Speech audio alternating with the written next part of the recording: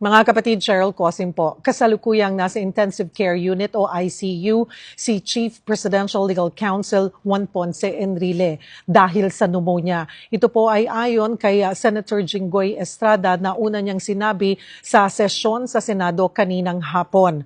At ayon po sa kanyang very reliable source daw, very slim ang chance na makarecover si Enrile sa pneumonia. Kinumpirma naman po ng kanyang pamilya na nasa ICU nga si Enrile ngunit hindi nila sinabi kung saan itong ospital.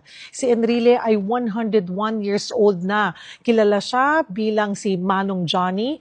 Nakilala din siya dahil sa kanyang tumatak na linya sa masa na gusto ko, happy ka.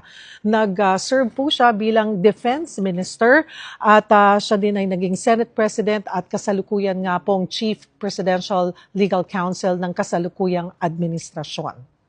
Patuloy po kayong tumutok dito sa News 5, sa 1PH at sa 1 News para sa update ukol sa kalagayan ni Manong Johnny.